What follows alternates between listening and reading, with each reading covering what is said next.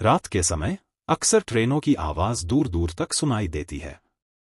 लोगों का मानना है कि इस वक्त ट्रेनें सबसे रहस्यमय और डरावनी होती हैं। ऐसी ही एक ट्रेन है नंबर 666 फीट, जिसे लोग भूतिया ट्रेन के नाम से जानते हैं। इस ट्रेन के बारे में कई कहानियां प्रचलित हैं, लेकिन सच क्या है ये कोई नहीं जानता। एक बार रमेश नाम का एक युवक इस ट्रेन में सफर कर रहा था। वो अपने गांव से शहर जा रहा था, जहां उसे नौकरी की तलाश करनी थी।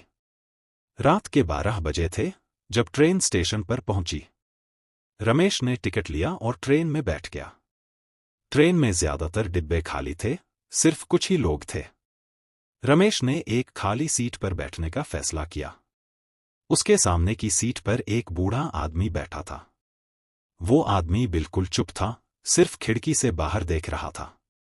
उसकी आंखों में एक अजीब सी चमक थी, जिसने रमेश को थोड़ा असहज कर दिया। उसने सोचा कि ये आदमी शायद किसी गहरे सोच में है, और उसने ध्यान नहीं दिया। ट्रेन धीरे धीरे चलने लगी। खिड़कियों से बाहर का दृश्य बहुत ही डरावना था। काले बादल आसमान को ढक रहे थे और हल्की हल्की बारिश हो रही थी। ट्रेन की आवाज और बारिश की बूंदों की टपकन एक अजीब सा संगीत बना रहे थे। रमेश ने अपने बैग से एक किताब निकाली और पढ़ने लगा। तभी अचानक ट्रेन की बत्तियां बुझ गईं। चारों ओर अंधेरा छा गया। रमेश ने अपने मोबाइल की फ्लैशलाइट चालू की, लेकिन उसमें कुछ भी साफ दिखाई नहीं दे रहा था।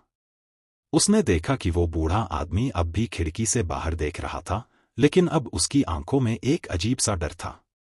रमेश ने हिम्मत जुटाकर उससे पूछा, बाबा, क्या हुआ? ये ट्रेन की बत्तियां क्यों बुझ गईं? वो बूढ़ा आदमी धीरे से बोला, ये ट्रेन भूतिया है। यहां जो भी आता है वापस नहीं जाता। रमेश ने उसकी बात पर हंसते हुए कहा, अरे बाबा, ऐसा कुछ नहीं है। ये सिर्फ एक अंधविश्वास है। लेकिन बूढ़ा आदमी गंभीरता से बोला, तुम नहीं समझोगे।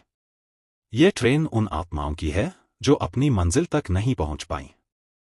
हर रात ये ट्रेन चलती है और जो भी इसमें चढ़ता है वो कभी वापस नहीं आता।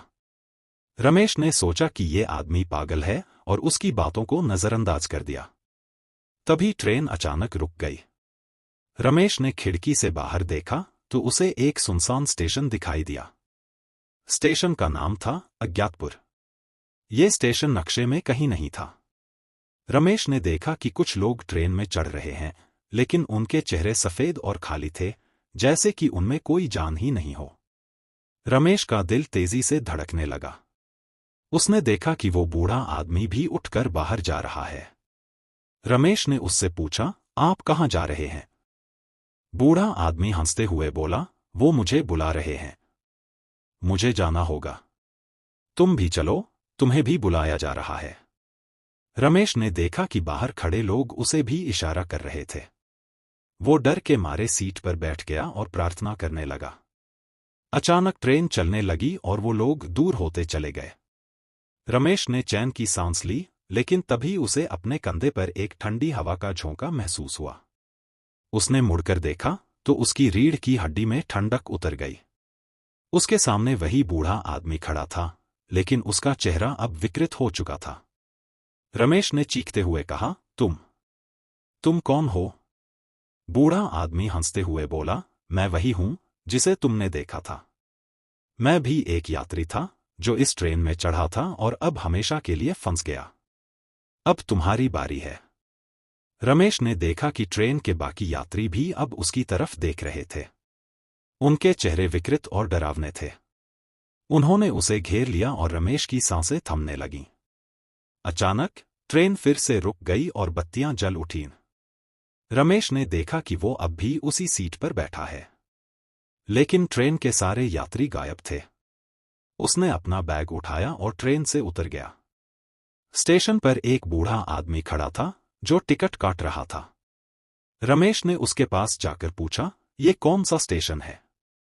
बूढ़े आदमी ने मुस्कुराते हुए कहा, ये वही स्टेशन है जहां से सब कुछ शुरू होता है। तुम ठीक समय पर आए हो। रमेश ने देखा कि उस आदमी की आंखों में वही चमक थी जो उसने ट्रेन में उस बूढ़े आदमी की आंखों में देखी थी।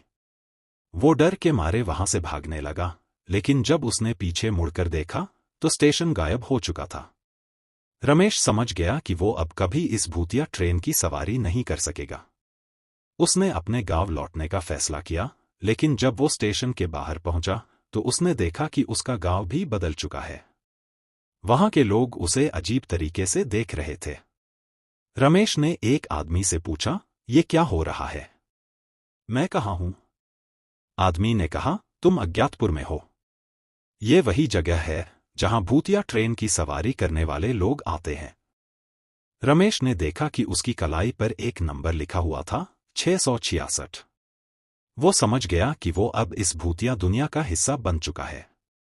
कहते हैं, जो भी इस ट्रेन में सफर करता है वो कभी वापस नहीं आता। अगर आप भी इस ट्रेन में चढ़ने का सोच रहे हैं तो एक बार जरूर सोचें, कहीं आप भी उस भूतिया दुनिया का हिस्सा न बन जाएं।